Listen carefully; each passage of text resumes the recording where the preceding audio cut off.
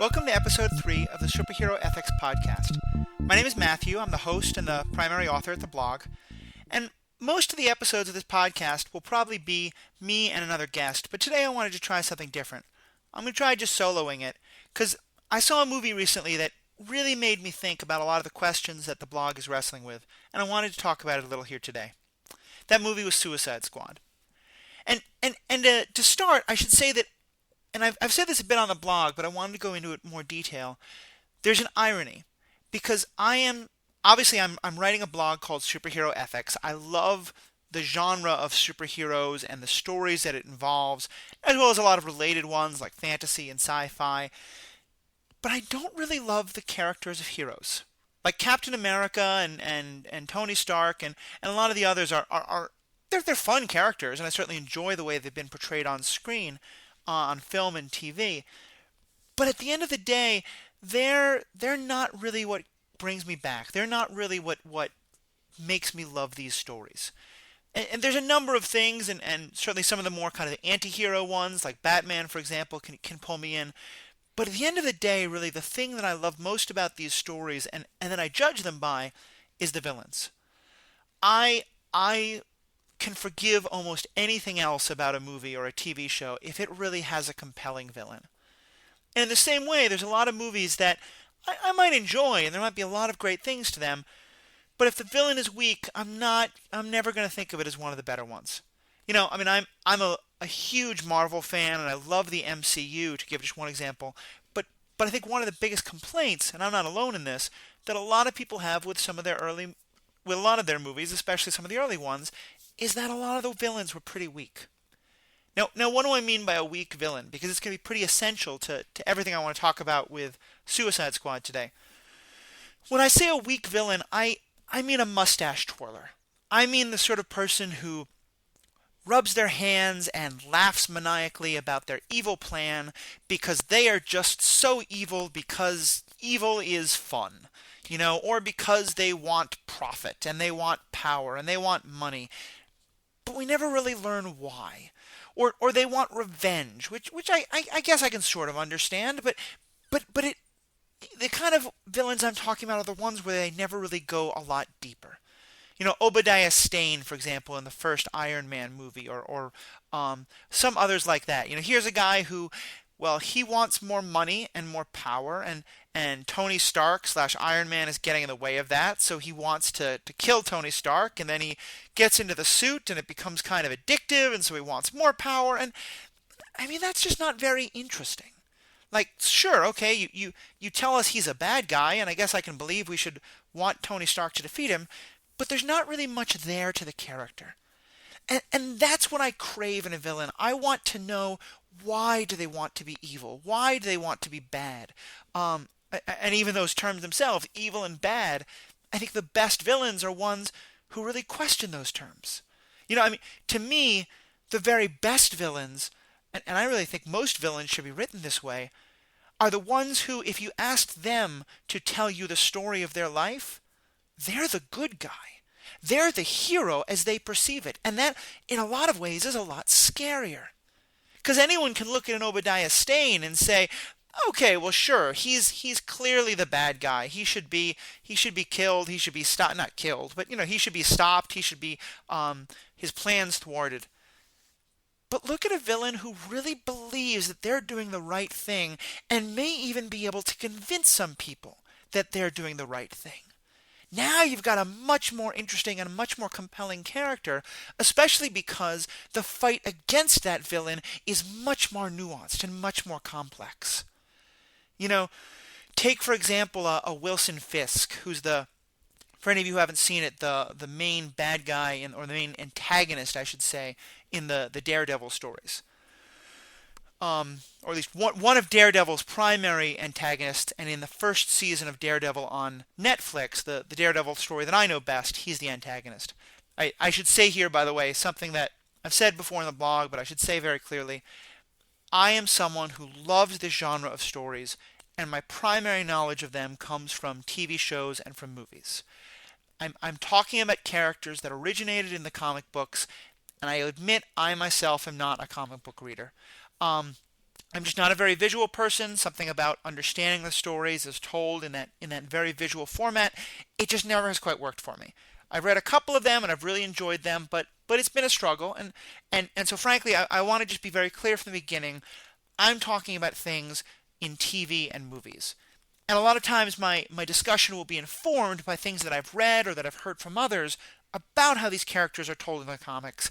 But if you are a hardcore comic book reader and you want to see me as a dirty casual, go right ahead. We don't need 100 comments on the blog. Well, frankly, actually, I'd love comments on the blog. But yes, I'm a dirty casual. I get it. I understand. But so going back to Daredevil, Wilson Fisk is a character who believes just as much as Matt Murdock, just as much as Daredevil, that he loves and cares about New York City and the specific neighborhood of Hell's Kitchen. And Wilson Fisk is utterly convinced that he has a plan to save it. And more to the point, you get to a point in the story where Daredevil is thwarting him, and Wilson Fisk is acting as though Daredevil is the villain. Because in his mind, Wilson Fisk, is the hero of this story. He is doing something wonderful to save New York City, and how dare Matt Murdock get in the way of that? Now, we in the audience watching it, the way the story is told, and I think for understandable reasons, I think where I would fall morally as well, you wind up rooting more for Matt Murdock than for Wilson Fisk. Because you probably come to think that Wilson Fisk's idea of how to save the city is going to cause so much harm to so many people that it isn't really going to help, and that his motivations might be coloring him a little bit and allowing him to do things that are pretty terrible just because he thinks it is justified by his end goal. And so in the end, when you get to that final battle between Matt Murdock and Wilson Fisk, you want Matt Murdock to win. But you're not really rooting for Wilson Fisk to lose, because you don't hate Wilson Fisk. You don't hate Kingpin and want to see him defeated. And that, to me, is what makes him such an interesting villain. Take that famous picture that we've probably all seen on 1,000 internet memes by now of Captain America punching Hitler in the face. That must have been such a satisfying thing to see, because, in a very real-life sense, you can't get more villainous, you can't get more evil in a lot of ways than Hitler. But because of that, I kind of think of it that's kind of the scale. It's satisfying to see Captain America punch Hitler in the face. I don't really know if it would be satisfying to watch him punch Wilson Fisk, because Wilson Fisk is so much more of a complex, nuanced villain, one who you may not side with, but it's hard to really root against. Another great example of this is Magneto from the X-Men stories. Kind of connected to the Hitler comment, but Magneto is someone who quite literally lived through the Holocaust. He was a child at the time. His family was killed, and he is someone who has quite literally seen one of the worst possible things that can happen when one group of humans fears and hates another group of humans. Another group of people, I should say, as is relevant. Because so you understand, once you really think about what that means, that has been literally branded into Magneto. Quite literally branded when you think of the tattoo he was given for being in one of those Holocaust camps. So what does that mean, that he has lived his entire life aware of what happens when one group of people hates and fears another? And now he sees his fellow people, his other mutants, the people he literally refers to as his brothers and his sisters, that other mutants, that hatred and fear of them is starting to grow among humanity. And he sees the potential for far worse. And so I can't really blame him for him starting to think this has to be stopped right now, because the potential for another Holocaust, for another time of humanity to say to this other group who we hate and fear and don't understand, we are going to wipe them from the face of the planet. Now, in almost every movie or TV show, I always find that I start out sympathizing quite a lot with Magneto. I start out sort of thinking that Professor X is kind of naive with his hope that everyone can just wonderfully live together, and that Magneto may have a point. And as we get deeper and deeper into Magneto's plans, and I start to see what he has in mind, that, okay, well, I'm not really sure I can get behind what he's doing, or I can really justify the means he is using to get to his end of protecting mutants. especially because so often he seems to think the only way to protect mutants is to greatly harm or wipe out humanity. But I can understand where he's coming from. I can still see why he's so afraid and why that fear translates into the actions it takes. And so again, on that same scale, I don't really want to watch Captain America punch him in the face. I may want to see a story where he's defeated, but it's not clear cut. Now, I talked before about how I think a bad villain is the one who just laughs kind of maniacally, and of course there is one glaring exception, who is Joker. Joker, who I think is in many ways, I think Batman is probably my favorite of the superhero genre. And not coincidentally, Joker is probably my favorite of the villains. And obviously Joker is the laughing maniacal one. But he's not laughing maniacally because the writer couldn't come up with a better motivation. Instead, the Joker is a character where we dive so deep into what does it mean to be that sort of agent of chaos. Where it's not just about the maniacal laugh, it's about a maniacal laugh because you think all the rest of us who have any kind of morality are so ridiculous. The whole thing of Joker is to turn the very idea of morals and moral motivation completely on its head and to try to show that Batman especially and all the rest of them, for trying to uphold a code or ethics or any of them, are just laughable. And that's what he's laughing at. And so it's not that I think you can't have that, but the bar has been set very, very high.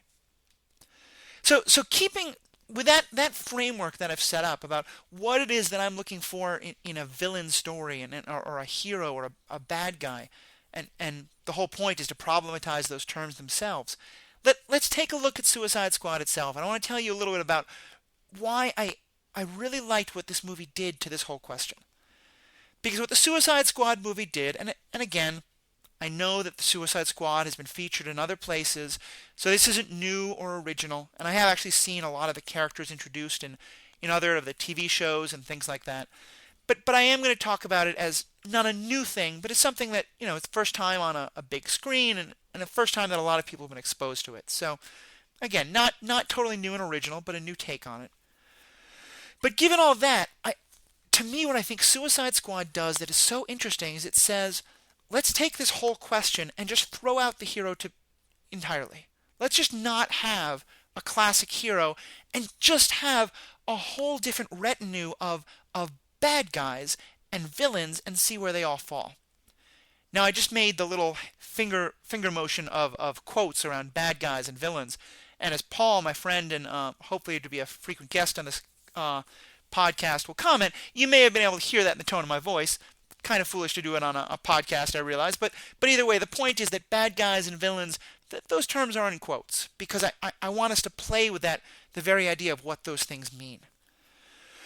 So let's look at who are the people in the Suicide Squad itself to start with. Because I think part of what makes it so interesting from the beginning is that you have a wide range of motivations for why these people are bad guys.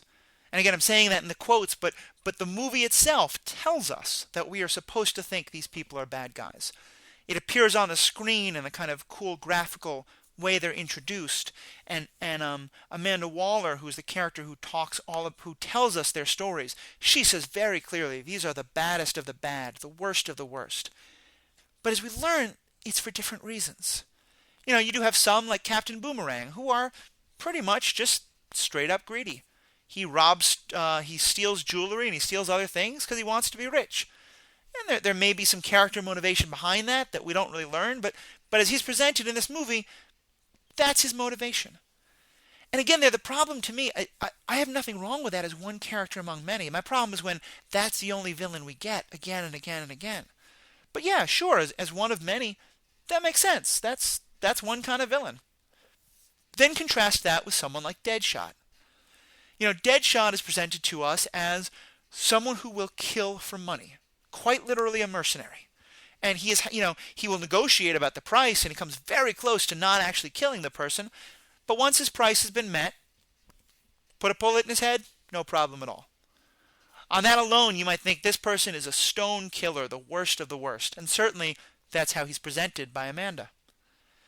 But then you go a little bit deeper, and you understand that, well, the reason he's doing this is because he wants to be able to create a life to provide for his family, specifically his daughter. He wants to be able to be respectable in her eyes. He wants to be able to buy gifts for her and to provide a home for her and to eventually have custody of her again. And I'm sure a lot of us would say, look, you can do that without killing people. You can find a way to do that and to question what he does. But certainly knowing that makes him a little bit different than someone like Captain Boomerang. Of course, we don't know why Captain Boomerang is doing things, so maybe there's some more depth there. But just in the little bit we're told about those two characters, there's a little bit of an interesting difference. And then you get someone like Killer Croc. Killer Croc, in some ways, was the character I wish we'd heard more about. Because his is a story that I think gets told from time to time, but is such an interesting one. Where, and I'm not quoting this exactly right, but Amanda Waller says about him something along the lines of, he came into this world looking like a monster, and he was treated like a monster, and so he became a monster.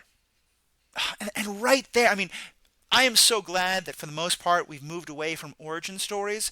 But if you told me we were going to make a movie of this Killer Croc and his origin story, I would sign me up. I'm going to buy my ticket tomorrow for that movie. Because I think that is such a fascinating story. There's so much research that's been done that says that people who are the worst bullies were often people who were bullied themselves. And on some level, that's exactly what you have with Killer Croc, as at least it's told to us in this tale. Someone who, we have no idea how monstrous he might have been to begin with, but because people saw him and were afraid, because people laughed at him and mocked him and feared him, he became the very thing that they told him he was. And even in this movie, we never see him, we see him being angry, but we never see him having that kind of like utter hate or want to destroy everything. He's just a guy who's been told he's a monster, and so he lives as a monster. To me, that's again, I'm not saying let's go have Killer Croc go out and bite people and steal things and do whatever he needs, but I don't want to see him punched in the face by Captain America. I have some sympathy for the Croc. And then now let's get to the member of the team who an awful lot has been spoken of, and I'm going to be clear, I'm not going to try and dive into all of it. Harley Quinn. And here we have a character who has been seen quite a lot outside of obviously just this one movie. She's been very popular in the comic books. She did start on the screen in Batman the Animated Series, and so again I haven't read many of her comic books, but I've seen a lot of the way she's been portrayed in other TV shows and some of the video games and things like that. And you could fill entire libraries or hard disks with the amount of blog posts and podcasts and articles that have been written on Harley, and especially on Harley's relationship with the Joker, and on whether that is a healthy relationship or not, or whether the way it is portrayed is helpful or is hurtful, and how this movie portrayed it. And I'm going to be honest, I'm not going to try and peel all that back because that's such a deeper topic. I will say that I fall pretty clearly on the side that says that I think my understanding of their relationship is of a pretty unhealthy one, and of a really deeply codependent and abusive one, where Joker treats her with little to no respect, and yet she keeps going back to him. And that I think some of the best Harley stories are the ones where she starts to see that and starts to break away from that. And so I'm definitely with those who have some problems with this particular movie because of the way that they romanticize that relationship with Joker and Harley. And I don't think that was a right choice, and I really had some problems there. But again, because that has been covered in so much detail by so many other places, I want to focus on a different thing, which is I just want to look at, why does Harley do the things she does? Why is she a villain? And she happily claims that line. She breaks into a store as they're walking through the city and steals something pretty. And someone asks her, why is she doing that? And she says, because we're the bad guys, remember? So she's pretty clear on that. But again, because she's not just that mustache twirler, there is something really interesting behind it. I want to look at why. And I think the easiest motivation to see, and it is clearly a big part of it, is that she is in that same mode of the Joker, of just loving and embracing anarchy and chaos and pure id, and why the hell not? And I'm going to laugh at you and all of your silly rules, and I'm going to do whatever the hell I want. There's that great line in the second of the Christopher Nolan Batman movies, The Dark Knight, where Alfred, is explaining the Joker and why he might do the things he does, and he tells the story of his time in Burma, and he says that Mr. Wayne, some men just love to watch the world burn. And while I think he needs to make it some people to include Harley, I definitely think Harley fits under that. There's an element to which Harley, like the Joker, just wants to watch the world burn. And let's be honest, she's a fantastic character, and I think Margot Robbie did a great job capturing that aspect of her. In many ways, I think she, after Amanda Waller, is one of the absolute best things about the movie. But I also think, and I think this is shown in a lot of the other versions of Harley, but this one did a really good job of highlighting it, there's a second level to Harley's motivation, which is loyalty and a desire to protect and stand up for the people she cares about. Think about how often she's, you get a story where Joker is doing some elaborate plan, and as Batman is trying to stop the Joker, Harley comes in and does or attempts to do something truly horrible to Batman to stop him. Hits him with her incredible hammer or with her bat, or fires a bazooka at him, or lays out some elaborate trap or something. And some of the scenes in which Harley is fighting Batman are, I think, some of the best we've ever seen. But it's interesting because almost always in a moment like that, Joker has his own personal feud with Batman. Joker wants to defeat the Batman as part of Joker's sort of whole idea of chaos and anarchy. But for Harley, she wants to hurt Batman because Batman is trying to hurt Joker. Or because she knows how important this plan is to Joker, and she knows that Batman is trying to stop it. How often do you hear Harley say something like, why do you have to ruin everything? Why do you have to ruin Mr. J's plans? Why do you have to, get in the way of what Mr. J is doing? She shares Joker's anarchy and chaos, but she also, because she loves him, and again, whatever we think of the health of that love, but because she loves Mr. J, she loves Joker, she wants to do anything she can to prevent Batman from stopping the Joker and what he wants to do. And this movie, we get that because we see her do that not only for the Joker, but for the Suicide Squad, for the members of Project X, who she starts to develop a real fondness for. And we get to that last final scene of the confrontation with the Enchantress. And it is Harley who is able to stop the Enchantress, or at least to start the whole process that eventually takes the Enchantress down. And she says she's going to do it to protect her friends, because the Enchantress wants to hurt her friends. And I thought that was such a brilliant moment of showing this interesting side of Harley, that yes, she's doing terrible things, not necessarily in that moment, but certainly in a lot of other parts of her story, but she's doing them out of loyalty for the people she cares about. Again, does that justify the things she does? Well, that's a much more difficult question. We're told flat out that she killed Robin. That's not something I can say, well, she loves Joker, so that's okay. But I can't see her as a mustache-twirling villain either. Once again, I don't really want to see Captain America punch her in the face, because she's not Hitler. She's not a terrible, evil, must be destroyed and anything against her is okay villain. She's a person with a lot of interesting, complex nuances who's doing some pretty bad things. And so that's what we get from the Suicide Squad, and I think one of the things the movie does so well is the way it contrasts that with the antagonists of the story. And, on the surface, it seems the primary antagonist is Enchantress. And I'll be honest, this is a movie that I'm speaking very favorably about. There was a lot I didn't love, and I thought the Enchantress was one of the weakest parts of the movie. And certainly, she's not great by this villain scale. I mean, I guess she used to have a lot of power, and so now she doesn't have power, and she's mad about that, and so she wants to destroy everything, and she's got some plan that involves a portal, and apparently means she has to undulate her hips at every moment she's speaking for reasons that never really get explained. She's a pretty weak villain when it all comes down to it, and I can't say I really cared that much about her story. But I certainly don't think that was intentional necessarily, but part of what it does is to highlight who is the real antagonist behind the whole story, and I think one of the most interesting characters in this movie or in this entire universe, because she really sort of makes us throw out this whole idea of a good guy or a bad guy, and that's Amanda Waller. Amanda Waller is a character who, again, has been introduced in some other great ways, especially in Batman the Animated Series. She's introduced a little bit in Arrow, though I don't love her there because they make her younger and sexier in ways that I think are really unnecessary, and I really appreciate the way they stuck more to the original in this. But she is a character who, even more than Wilson Fisk, is utterly convinced that she is doing the right thing. And let's step back for a minute and ask why. She is a person who has watched people with godlike powers come to her planet. She has watched people with godlike powers fight on her planet. And she has literally been thinking about the idea of a possible extinction level event happening for her and the rest of humanity.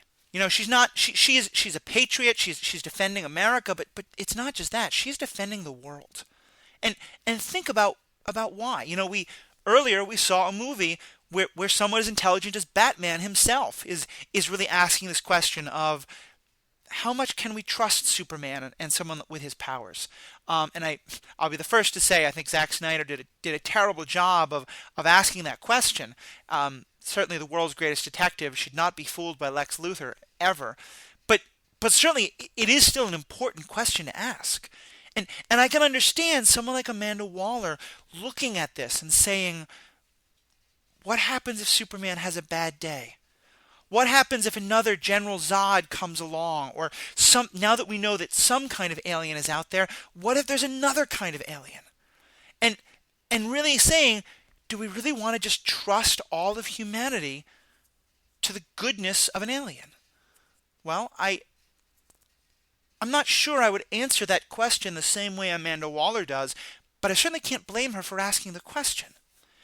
And it makes it a really interesting thing because Amanda Waller is probably the only one in this entire movie who is utterly, fully, completely convinced that she is the good guy. El Diablo is racked by guilt. Killer Croc thinks that he's been put upon, but he's probably still kind of a monster. Harley says, who cares about being good guys or bad guys? Killer Croc, Captain Boomerang just wants to rob people. Deadshot, knows he's doing bad things for good reasons. Amanda Waller is completely convinced that she is the good guy. And I think that's interesting because I think on some levels she's probably the worst of all of them. She's certainly the worst killer of any of them other than Enchantress and her brother. Deadshot kills one specific person because he's paid to, Harley killed Robin, and that's obviously pretty horrible. Amanda kills 10 of the agents who work for her. 10, or I'm making up that number 10, but it seems like it's a handful. Maybe it's 6, maybe it's 12. I don't remember exactly, but she kills a number of people who work for her and trust her, not because they're bad, not because they're terrible, but just because she doesn't trust their ability to keep a secret. I mean, that's some pretty bad stuff. But she's doing it because she is convinced that this is what has to be done to save the world. And here's where the movie gets really interesting. Because what Amanda Waller does in putting together this team saves the world. I mean, there's a lot of ways in which you can say she didn't have to do it this way and that she could have asked the team to work together in a better way without threatening their lives. And she certainly didn't have to kill those fellow agents. And maybe she could have called on Batman or Wonder Woman or the Flash or whoever else lives in this expanded DC universe we have. So I don't think that her methods were necessary. But she was right that there were going to be more extinction level events, and the actions that she took led to one of those extinction level events being stopped. So how easy is it to hate her? I certainly can't. I can think she's wrong, I can think she's bad, I can think that she's an incredibly powerful story because she's a reminder to us of how easy it is to do terrible things because we think we are doing the right thing. And that's the real power, I think, of it, is that it's not that Amanda Waller is a mustache-twirling bad guy. What makes her such a compelling character, and I thought was perfectly played and so well written, is that she utterly is convinced that she's a good guy. And she makes us think about what happens when we do the same. The reason why I love these movies is not just because I think they're interesting, but because I think they hold up mirrors to our own worlds and to our own universes. My first blog post was where I talked about Captain America versus Team Tony versus Team Cap, and I talked about how obviously none of us are in a situation like that. But what that movie talks about is questions of individual freedom versus collective security, and how you have to find the balance between those two. And those are very real questions for us today in our world. And I think the exact same can be said about really thinking about what does it mean to be so convinced that you're the good guy that you think anything you do is okay. Or on the flip side, what does it mean to be convinced that anybody who is against you is a bad guy, and thus you can villainize them and dehumanize them? And what does that mean? I mean, I think you can certainly see this in geopolitics. You can see it in, how many times has the United States as a country decided that, well, we're against Saddam Hussein, so anybody who stands against him must be a good guy. How well has that worked out? Or look a little further back to when we said anyone who's going to stand with us against the communists in Afghanistan, they must be heroes. They must be the good guy because they're against the bad guy. Hasn't worked out too well. And I think you could look at that from any political perspective in any kind of geopolitical situation. But you don't even have to get political. Just think about in your own personal life. I mean, I can't think of how many times I've had a situation where a friend of mine came to me and told me about a fight they had with a spouse or with a friend or with a parent or someone, and the way they told the story, it was very clear that they were the good guy and the other person was the bad guy and that they had been wronged. And in situations where I got to talk to the other person in the situation, it quickly became pretty clear that that person also was convinced that they were the good guy and the other person was wrong. When we hold on to that idea, that very idea of a good guy and a bad guy, it makes it so hard to really see the nuances of these situations, the complexity that's going on. I mean, and you might even be like someone like me who has such an easy sense of self-deprecation that frankly, it's not that I always think I'm the hero in a story. I'm pretty quick to leap to the idea that I'm the villain of the story. If someone's mad at me, it must be for a good reason. And I'll be honest, like a lot of people, often it is. But sometimes it isn't. The situation is honestly probably a little bit more nuanced. And that's what I think is so important about this movie. And some of the other, it's not, as I said, it's not the only one who's done this, but so interesting in the superhero movies that really make us question the very idea of what does it mean to have a good guy and a bad guy. And here's why I have to say, one of the things I've come to love most about this movie, the more I thought about it, is the very ending scene. The scene where the Joker rescues Harley. Now, I'll be honest, as I said, I'm speaking very praisingly of this movie, and I thought there were a lot of parts that weren't too good about it. And I'm definitely in the camp that sees Jared Leto's Joker as one of the worst. Now granted, between Mark Hamill and Heath Ledger, and even some of the others, but those two especially, there were some very big clown shoes to fill, and I just don't think Jared did a good job of it. I've never really liked him much as an actor, and I thought his acting as the Joker was very forced. Again, this is an ethics show, it's not a movie review, but I do kind of want to make that point. But nonetheless, there was something wonderful in that final scene. Because, so we've had this story of this bunch of villains, if you take that kind of language, who've become heroes. They have quite literally saved the world. And it's so easy to therefore see that as, they were always just misunderstood, or they were never really villains, or now that they've been given the chance to be heroes, now they're heroes. And it's easy to take that kind of a story and run with it, and to think, now they're just going to go off and save the world and be buddies, and maybe they'll cut a little corners because they're kind of scamps. But they're heroes now. And what happens in that last scene? Harley, who has, probably done more than anyone else on the team to be good, she turned away from Enchantress's offer so that she could help defeat Enchantress. And now Joker is offering to break her out of prison and take her back into a life of crime and mayhem. And the smile on her face as she joyfully walks into his arms and back into that life. Now, and of course, there's an extent to which you can say this is a prison break, and that alone anyone would want to be out of prison. But I don't think there is any doubt that the minute Harley is back united with Joker, she wants to go right back to that life of chaos and mayhem and crime and killing Batman's friends and maybe even killing Batman himself. And if they have to kill more people along the way, well, who the hell cares, because they're the bad guys. And that's what I loved. Because I love that they didn't decide to make Harley the hero. Harley isn't now a good guy. Harley is someone who was placed in a very strange, very difficult situation. And in that situation, she and others made choices that made the world a better place, that prevented a possible extinction level event. So by that definition, is she a hero? Absolutely. But is she still a villain? Absolutely.